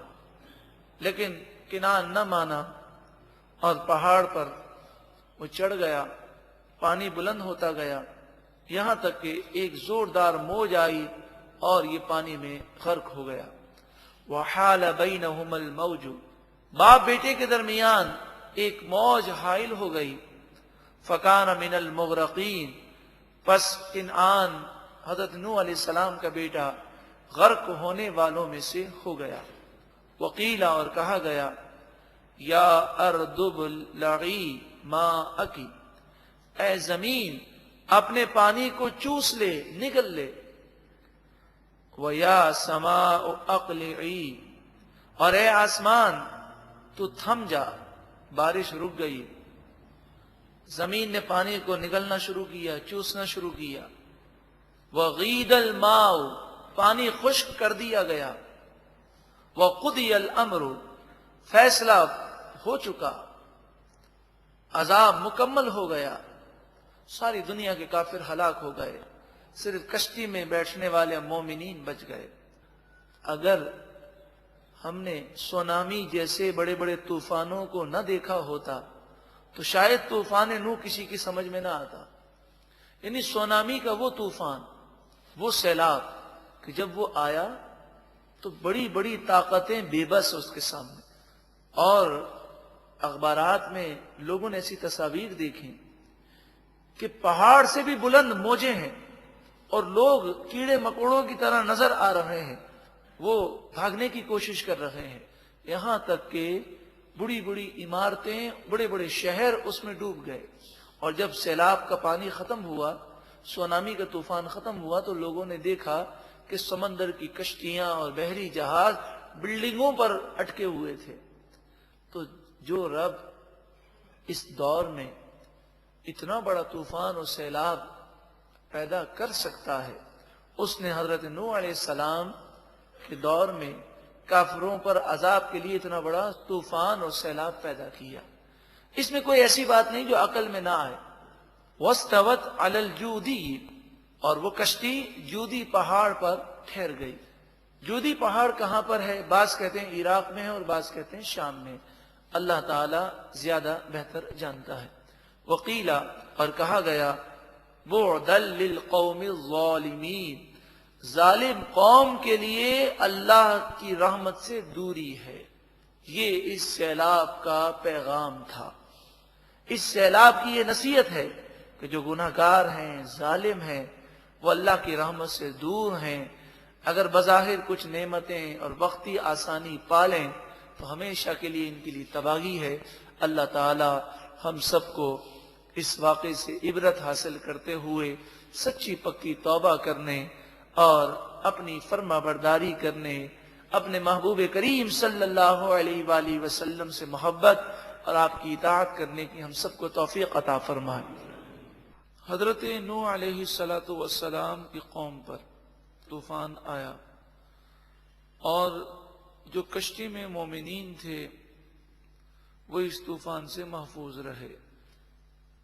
اللہ تبارک و تعالی نے وعدہ فرمایا کہ آپ کے گھر والے طوفان سے محفوظ رہیں گے اور مومنین اس طوفان سے محفوظ رہیں گے۔ حضرت نوح علیہ السلام کا بیٹا منافق تھا، یعنی دل سے وہ کافر تھا۔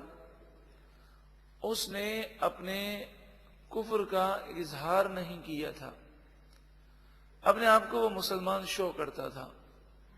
اب جب طوفان آیا، ہم سن چکے کہ پہاڑ کی طرف دوڑنے لگا اور پہاڑ پر وہ چڑھنے لگا۔ اس موقع پر بھی اس نے یہ نہیں کہا کہ میں کشتی میں اس لیے سوار نہیں ہو رہا کہ میں کافر ہوں، بلکہ اس نے یہ کہا کہ یہ پانی تو کوئی خاص پانی نہیں ہے، میں پہاڑ پر چڑھ کر اپنے آپ کو بچا لوں گا۔ تو حضرت نوح علیہ الصلوۃ والسلام نے یہ خیال فرمایا کہ یہ اس نے نادانی میں ایسی باتیں کہی ہیں، لیکن جب طوفان کی موج آئی اور وہ غرق ہو گیا تو حضرت نوح علیہ الصلوۃ والسلام نے اللہ کی جناب میں عرض کی کہ پروردگار، یہ میرا بیٹا تو میرے گھر والوں میں سے تھا، اور تو نے وعدہ فرمایا آپ کے گھر والے اس سے محفوظ رہیں گے۔ تو انہیں اس موقع پہ بتایا گیا کہ یہ منافق تھا اور آپ کے سامنے وہ اپنے مسلمان ہونے کا اظہار کرتا تھا۔ تو جب یہ کافر تھا تو بیٹا ہونے کے باوجود آپ کے گھر والوں میں وہ داخل نہیں ہے، چونکہ سب سے اہم رشتہ وہ ایمانی رشتہ ہے۔ ارشاد فرمایا وَنَادَى نُوحٌ رَبَّهُ، اور نوح علیہ السلام نے اپنے رب کو پکارا۔ فَقَالَ، پس عرض کی، ربی، اے میرے رب، اِنَّ ابْنِي مِنْ أَهْلِي، بے شک میرا بیٹا تو میرے اہل سے تھا، وَإِنَّ وَعْدَكَ الْحَقُّ، اور بے شک تیرا وعدہ سچا ہے، وَأَنْتَ أَحْكَمُ الْحَاكِمِينَ، اور تو ہی سب سے بہترین فیصلہ کرنے والا ہے۔ یعنی آپ نے اس فیصلے کی حکمت دریافت کرنا چاہیے کہ جب یہ میرا بیٹا بھی ہے اور مومن بھی تھا، پھر یہ طوفان میں کیسے غرق ہوا؟ تو فرمایا گیا قال یا نوح، اے نوح علیہ السلام، انہ لیس من اہلک، بے شک وہ آپ کے گھر والوں میں سے نہیں تھا۔ رشتے کے لحاظ سے تو بیٹا تھا، لیکن قرآن مجید فقان حمید نے فرمایا وہ آپ کے گھر والوں میں سے نہیں تھا۔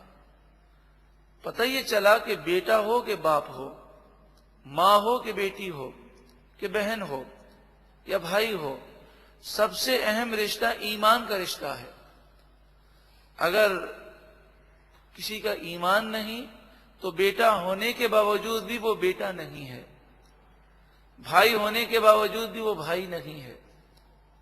اور اگر ایمانی رشتہ ہے تو چاہے اس کا ہمارے سے کوئی تعلق نہ ہو، انما المؤمنون اخوہ، تمام مسلمان آپس میں بھائی بھائی ہیں۔ تو سب سے اہم رشتہ جو ہے وہ ایمانی رشتہ ہے۔ فرمایا اے نوح علیہ السلام، بے شک وہ آپ کے گھر والوں میں سے نہیں تھا۔ انہ عمل غیر صالح، بے شک اس کا عمل صحیح نہیں تھا، وہ کافر تھا اور آپ کے سامنے وہ اپنے اسلام کو ظاہر کرتا۔ فلا تسألنی ما لیس لک بہ علم، بس آپ اس کے بارے میں سوال نہ کریں جس کا آپ کو علم نہیں۔ انی اعظک ان تکون من الجاہلین، بے شک میں آپ کو نصیحت کرتا ہوں کہیں آپ نادانوں میں سے نہ ہو جائیں۔ یہاں پر ایک چیز آپ یاد رکھیں کہ اللہ تبارک و تعالی خالق ہے، وہ مالک ہے، وہ پروردگار ہے۔ وہ جس انداز میں اپنے محبوب بندوں کو، انبیاء کو خطاب کرنا چاہے، وہ مالک ہے، وہ خالق ہے۔ اس کے بندے، انبیاء، اولیاء، فرشتے جس طرح عاجزی کرنا چاہیں، یہ ان کی عاجزی اور انکساری ہے۔ وہ جو تواضع کریں یہ ان کی بندگی ہے، مگر ہمیں ان الفاظ کو دلیل بنا کر کوئی بھی ایسا ویسا کلمہ کہنا جس سے بے ادبی کا شائبہ ہو، یہ ہمیں کہنے کی اجازت ہرگز ہرگز نہیں۔ اس کی ایک چھوٹی سی مثال ہم اس طرح سمجھانے کے لیے دے سکتے ہیں کہ اگر ہماری کسی سے دوستی ہو اور ہم دوستی کی وجہ سے، دوستی اور محبت میں ہم جو باتیں